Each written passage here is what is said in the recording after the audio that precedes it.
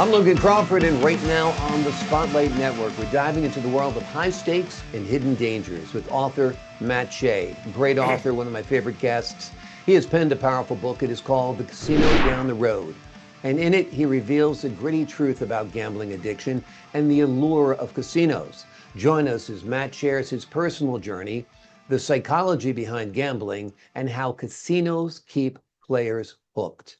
We're delighted to have this very talented author join us here today on Spotlight. We thank the team at Bookside Press for helping us put him in the spotlight today. And we ask viewers like you to support authors like him by subscribing to our channel and by purchasing his amazing book. The links are below this interview. Matt, welcome back to the show. Great to have you on again. Thank you, Logan. It's so good to be back with you, my friend. Great to have you here. Tell us why you decided to explore the world of casinos and the dangers of gambling addiction.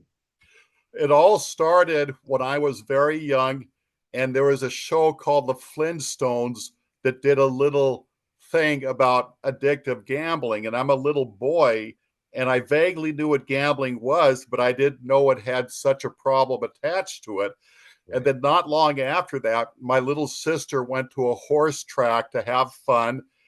And when she won a little bit, Dad said, "You're cursed because you beat the odds, and people like you come back, and that's how they make their profit. They lose, but because they've won before, it starts a cycle. It's called chasing your losses."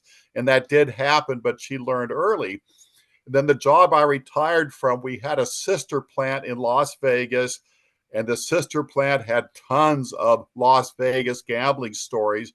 And they said the new guys all lost their first paychecks at the casinos, but the ones who weren't real smart also lost the second paycheck. Wow. And so when this was going on and I retired, I was able to get a job at a casino driving shuttle, and I loved it.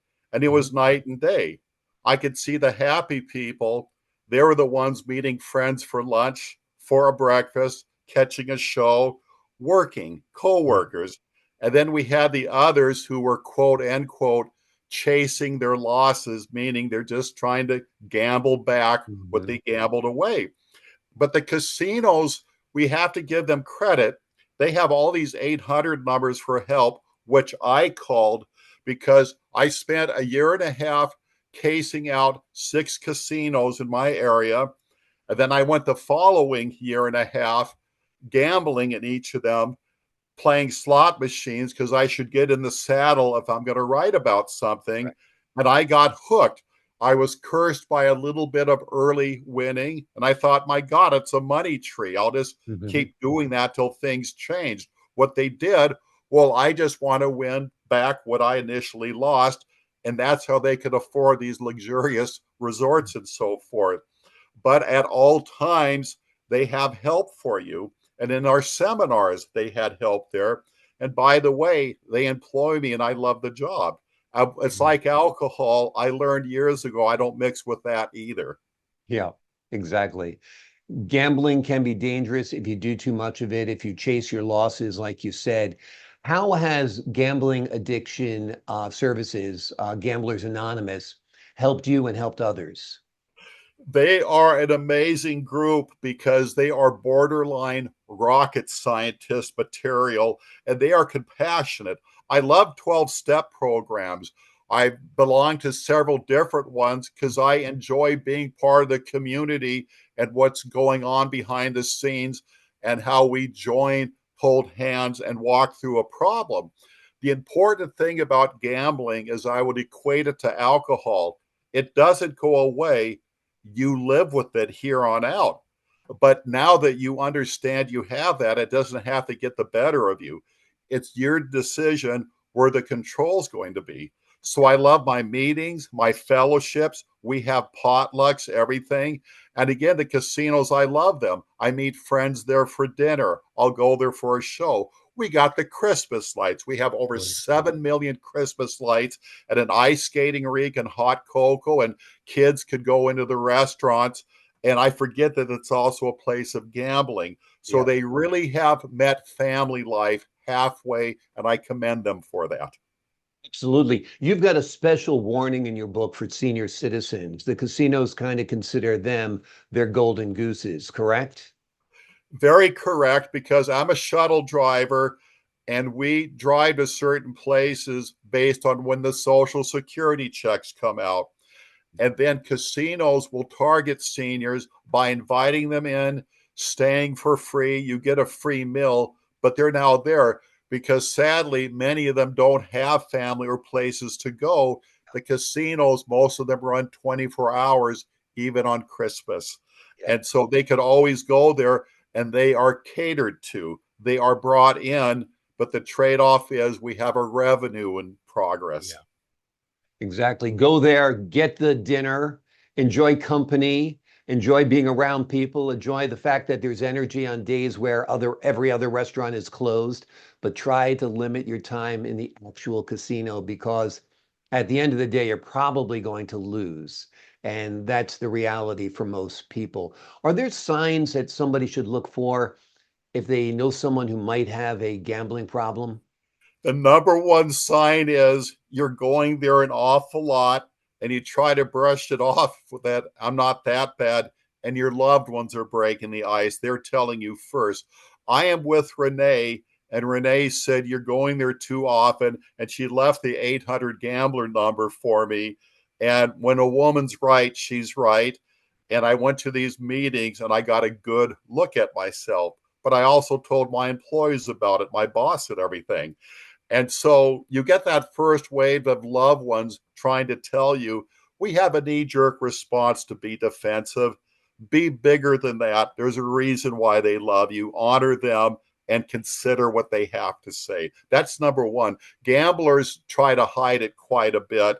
And then finally, everything's broken loose and there's nothing to hide.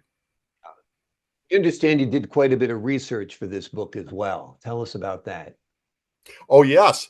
I went to 6 different casinos in the area, and I spent a year and a half watching people, listening to people, sitting in the coffee shops, talking to managers, talking to security guards, the maintenance men, their side of it.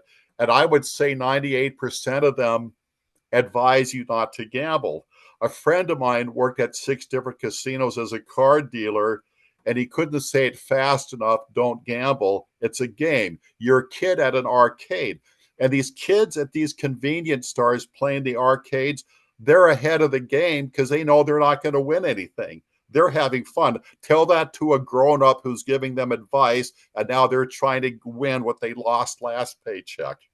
Exactly, exactly. Yeah, when you're gambling away part of your paycheck, part of your rent, you're in deep trouble. And that's a big warning sign to oneself as well. What do you There's cons also something, they greatly highlight the winners. So when Right. you walk in, all these machines are posted, and somebody won X amount, somebody won X amount right here. And then they'll have a rotating Hall of Fame, and you'll recognize some of your neighbors that they had a successful night. So that's how they got their new car. And that's wonderful. You feel good about it. But over 70% of the income casinos bring in come from slot machines, and approximately only 13% or so leave the casino having made money on a slot machine. But there's no such thing as a professional slot machine player because, in essence, you're flipping a coin, but it's not a 50-50 chance. Right. Exactly. Exactly. Yeah, it's the same reason why the lottery commissions of every state hand out giant checks to people when they win. They want to make it feel like, hey, there's a chance of winning. And yes, there is a chance of winning. In the case of the lottery, there's a minuscule chance of winning. And the odds are against you at a casino as well. What do casinos do to keep you in the game, keep you in the casino longer? They have ways of luring people and keeping people, right? They do not have clocks. They do not have windows. They always have promotions.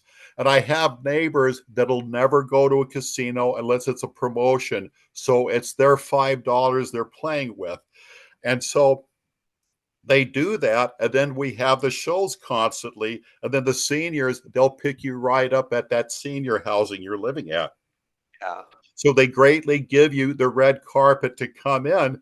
And if you recall that song from Petulia Clark, Downtown, Yeah. going out at night, it's life. Well, that's what the casinos are. You have all these lonely people, and there is a place full of activity. Uh, they'll take that than being alone at home. Exactly, exactly. Like I said, go to the casino, go to the buffet, enjoy seeing the people, watch people play, steer clear of it from yourself if possible. Well, let me Yes. ask you this. I know you're the busiest man in show business. What are you working on now, or what are you thinking about working on? Well, a few minutes from now, I'll be going to a studio to do the Christmas lights in the Pacific Northwest. And many of them are from casinos because, my gosh, do they ever give a presentation with the ice skating rinks, the hot chocolate, the kids could go in the restaurants. So these are not future addicted gamblers. These are resorts that are addressing the community accordingly. And then I'm working on another book, and it has to do with the retired man who is bartering with God because he wants to join his deceased loved ones. But he must serve first, and he follows his heart, and he is doing things that he was trained to do, a former marksman, but he's not hurting people. He's getting them to the bargaining table. And so Wow. it's a cat and mouse with God, a good heart, a guy who is basically has the credentials to go as far as CIA can, and he's just dealing with God because he wants that opening to reunite with his family. That So I'm sounds having like fun. a really heartwarming, heartbreaking, interesting story. Somebody who wants to reconnect so badly with their loved ones who have departed that they're bargaining with God. I think that's a terrific book. Can't wait for that to be done. Love to have you back on the show to talk about that. The name of the book we've been talking about today is The Casino Down the Street. It reveals the gritty truth about gambling addiction and the allure of casinos. Matt shares his personal journey within the pages of this book, the psychology behind gambling, and how casinos keep players hooked. It's a great bet that you will love this book without a doubt. That's the bet you should take today. Matt, thank you so much for joining me here today on Spotlight. Logan, I appreciate you, and you're going to be hearing from me quite often. I'm always going to send you a line one way or another. Well, I'm looking forward to that. Love hearing from you. Love having you on the show. To the folks at home, I'm Logan Crawford, thanking you for your time. This time until next time on Spotlight. And there it is, the casino down the street. Be sure to pick it up. It's a sure bet.